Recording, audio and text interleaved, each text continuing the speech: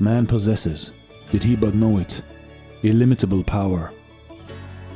This power is of the Spirit, therefore it is unconquerable. It is not the power of the ordinary life, or finite will, or human mind. It transcends these because, being spiritual, it is of a higher order than either physical or even mental. This power lies dormant and is hidden within man until he is sufficiently evolved and unfolded to be entrusted with its use. Thought is a spiritual power of tremendous potency, but this is not the power of which we speak.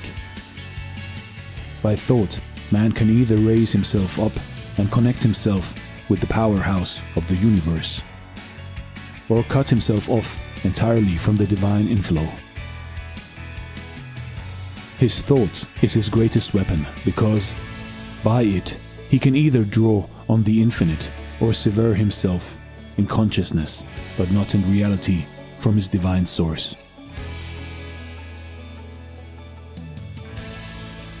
Through the divine spark within him, which is really his real self, man is connected with the infinite.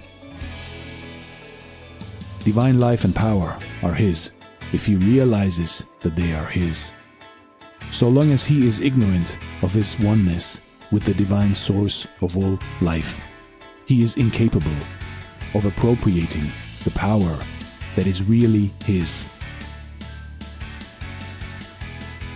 If, however, he enters into this inner knowledge, he finds himself the possessor of infinite power and unlimited resources.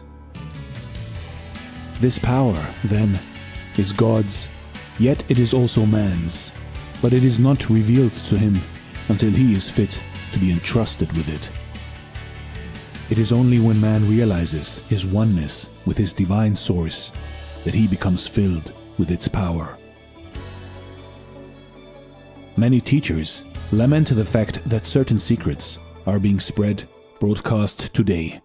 Secrets that, in the past, were kept closely guarded. They fear that unilluminated and unevolved people may make destructive use of spiritual power. This, to the writer, appears to be improbable. It is true that strong personalities who have a great belief in their own power to achieve and succeed draw unconsciously on hidden powers, and thus are able to raise themselves high above their fellows. The use, however, that they can make of spiritual power for base purposes is limited and is not to be feared. There are others, of course, who are misusing their powers. These are black magicians, and while they may do a certain amount of harm, they become reduced, ultimately, to beggary and impotence. There are also others who spend the whole of their spare time searching for knowledge of this very subject. They read every occult book they can lay hands on, but they never find that for which they seek. There are spiritual powers and influences that withhold the eyes of the seekers from seeing until they are ready for the revelation.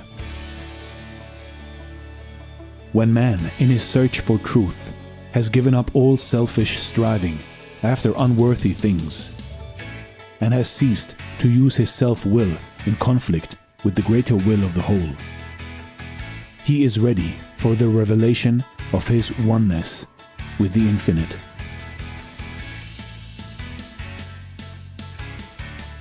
Yielding implicitly to the will of the whole may seem, to the unillumined, an act of weakness. Yet it is the entrance to a life of almost boundless power. Man is not separate from his divine source, and never has been. He is, in reality, one with the infinite. The separation which he feels and experiences is mental, and is due to his blindness and unbelief. Man can never be separated from spirit, for he himself is spirit. He is an integral part of one complete whole. He lives and moves and has his being in God, and God dwells in him. The majority of people are unaware of this intimate relationship with the divine. And because they are unaware, or because they refuse to believe it, they are in one sense separated from the inner life of God. Yet his separation is only in their thoughts and beliefs, and not in reality. Man is not separated, and never can be. Yet so long as he believes that he is separate and alone, he will be as weak and helpless as though he actually were. As soon as man realizes the truth of his relationship to the infinite, he passes from weakness to power, from death unto life. One moment he's in the desert, afar off, weak, separate, and alone. The next, he realizes that he's nothing less than a son of God, with all a son's privileges and powers. He realizes in a flash that he is one with his divine source, and that he can never be separated. He awakens also to the fact that all the power of the infinite is his to draw upon, that he can never really fail, that he is marching on to victory. It will thus be seen how great is the power of man's thought. While thought is not the power of the spirit, it is the power by which man either connects himself up with the infinite power, opening himself to the divine inflow, or cuts himself off and separates himself from his spiritual source. Thus, in a sense, man is what he thinks he is. If he thinks he is separate from God and cut off from his power, then it is as though this were really the case, and he is just as impotent and miserable as though he actually existed apart from God.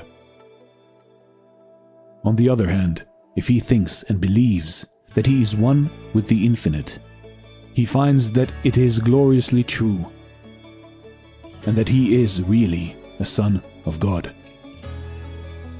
If he believes and thinks that he is a mere material being, then he lives the limited life of a material being, and is never able to rise above it.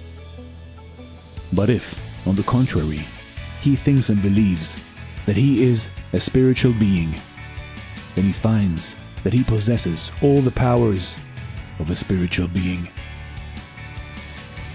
Again, if he thinks that his work is difficult and that he is not equal to his tasks, he finds that really his tasks are difficult and beyond his powers. Yet, on the other hand, if he believes his work is easy, or, at any rate, within his powers, he finds that such is the case, and that he can do his work with ease. The power within is infinite, for, by faith in it, man is directly coupled up with the spiritual power of the universe. The divine spark within him connects him to the sacred flame, thus making him potentially a god in the making. A change, then, must take place within man before he can enter into his divine inheritance. He must learn to think after the spirit, as a spiritual being, instead of after the flesh, as a material creature. Like the prodigal son, he must come to himself and leave the husks and the swine in the far country, returning to his father's house, where there is bread of life enough and to spare. You see, in life, in your life, you have an infinite life, an infinite power, if you connect your spirit to the divine source. This is Dare to Do Motivation. Chapter 1: Infinite Life and Power. Thanks for watching, and stay blessed.